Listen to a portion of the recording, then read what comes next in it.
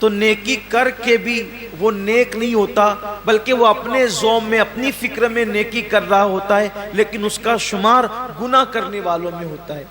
جیسا کہ ایک حدیث پاک ہے، اس کے راوی حضرت سیدنا ابو ہریرہ رضی اللہ تعالیٰ عنہ ہے۔ جب حضرت ابو ہریرہ رضی اللہ تعالیٰ عنہ تشریف لے گئے ملک شام، تو ملک شام پہنچنے پر لوگوں نے آپ سے عرض کی کہ اے صحابی رسول، اے اللہ کے رسول صلی اللہ علیہ وآلہ وسلم کے صحابی، آپ نے آقا کریم صلی اللہ علیہ وآلہ وسلم کی زیارت کی ہے، آپ ایک کام کریں کہ آپ ہمیں اللہ کے رسول علیہ السلام کی کوئی ایسی حدیث سنائیں جس پر ہم عمل کر کے نجات پائیں۔ اب بہت دھیان سے سننا آپ لوگ بھی، کہ سننے والے بہت طویل بات نہیں سن رہے تھے، بلکہ کوئی مختصر اور بہت جامع انہیں کوئی مضمون چاہیے تھا۔ یوں تو میرے آقا علیہ السلام کی ہر بات ہی جامع ہے، حضور نے جہاں جو بات کہی ہے اس بات کا کوئی جواب ہی نہیں ہے۔ میرے امام فرماتے ہیں، فصحا عرب کے بڑے بڑے تیرے آگے یوں ہے دبے لچے، کوئی جانے منہ میں زباں نہیں بلکہ جسم میں جان نہیں۔ حضور نے جب باتیں کہی ہے تو ان کی باتوں کا کیا کہنا۔ آج بھی آقا علیہ السلام کی حدیث پڑھی جاتی ہے تو انسان پر ایک عجیب سا کیف چھا جاتا ہے۔ جب دوسروں کی زبان سے گفتگو مصطفیٰ سنی جاتی ہے تو ایسا کیف آتا ہے، جب وہ اپنی زبان سے خود اپنی بات کرتے ہوں گے تو اس وقت تو کیف و سرور کا عالم کیا ہوتا ہوگا۔ تو آقا کریم صلی اللہ علیہ وآلہ وسلم کے صحابی حضرت ابو ہریرہ رضی اللہ تعالیٰ عنہ سے اہل شام نے کہا، اے ابو ہریرہ، آپ آقا کریم صلی اللہ علیہ وآلہ وسلم کی کوئی ہمیں ایسی حدیث سنائیں کہ جس پہ عمل کر کے ہم نجات پائیں۔ اب یعنی کہ سنا تو بہت تھا حضرت ابو ہریرہ نے، لیکن اب کوئی ایسی روایت اس میں سے نکالنا ہے جو مختصر بھی ہو اور لوگوں کے لیے راہ نجات بھی ہو۔ اللہ اکبر! سیدنا ابو ہریرہ گویا کہ اپنے حافظے پر جو ہے وہ زور دینے لگے کہ میرے پاس جو ذخیرہ حدیث کا میرے حافظے کے اندر ہے ان میں سے کوئی ایک ان کو سنانا ہے۔ لیکن روایتوں میں آتا ہے، راوی بیان کرتے ہیں کہ جیسے ہی حضرت سیدنا ابو ہریرہ رضی اللہ تعالیٰ عنہ کو وہ حدیث یاد آئی، وہ جس کو بیان کرنا چاہتے تھے، حضرت ابو ہریرہ صرف حدیث کا مضمون یاد کر کے بے ہوش ہو کے زمین پہ گر جاتے ہیں۔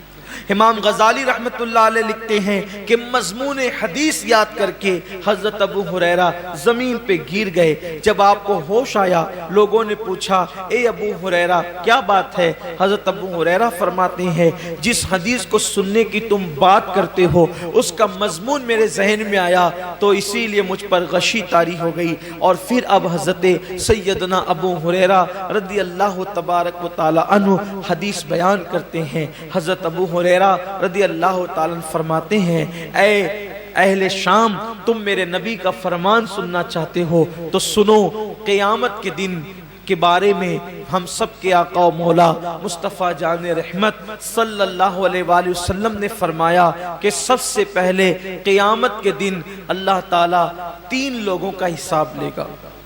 قیامت کے دن سب سے پہلے کتنوں کا حساب ہوگا؟ 3 لوگوں کا۔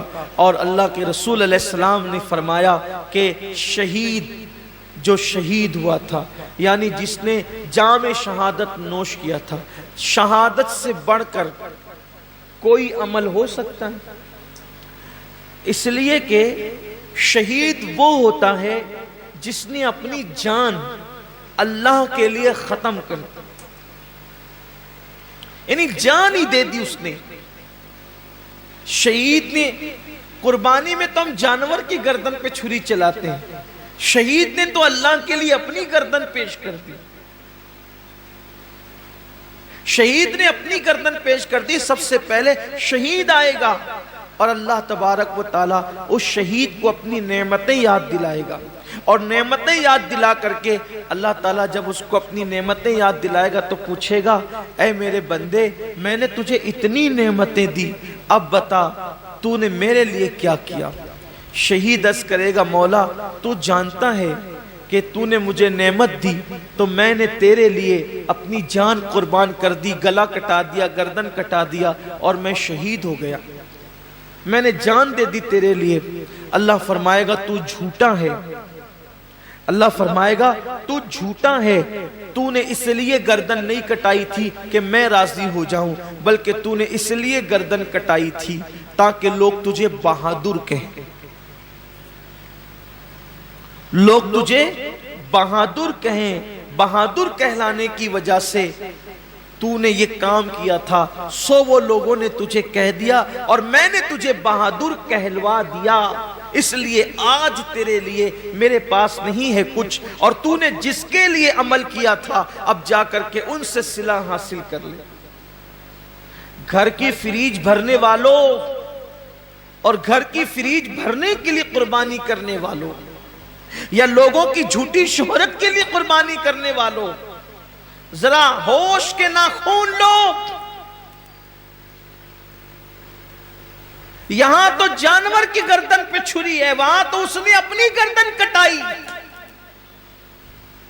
اللہ فرمائے گا تو جھوٹا ہے، بہادر کہلانے کے لیے شہید ہوا تھا، جس کے لیے تو نے یہ کام کیا تھا جا کے ان سے صلہ حاصل کر، آج تیرے لیے میرے پاس کچھ نہیں ہے۔ اور اللہ فرشتوں سے کہے گا اس بدبخت کو گھسیٹ کر کے جہنم میں لے جاؤ۔ میں یہ نہیں کہتا کہ قربانی کا گوشت گھر میں رکھنا جائز نہیں، پورا بھی رکھ سکتے ہو، لیکن اللہ کے لیے تو کوئی قربانی کرے۔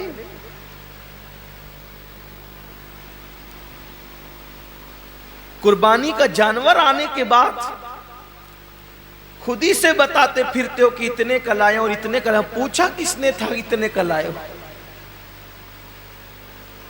اور کتنے کا بھی لائے ہو اس کو پسند آ جائے تو کامیاب ہے، ورنہ اور گوشت کی سوا کیا ہے۔ اس کا چرچا مت کرو کہ آپ قربانی کتنے کی کریں، اس لیے کہ کبھی کبھی وہ بہت چھوٹوں کی بھی قبول کر لیتا ہے۔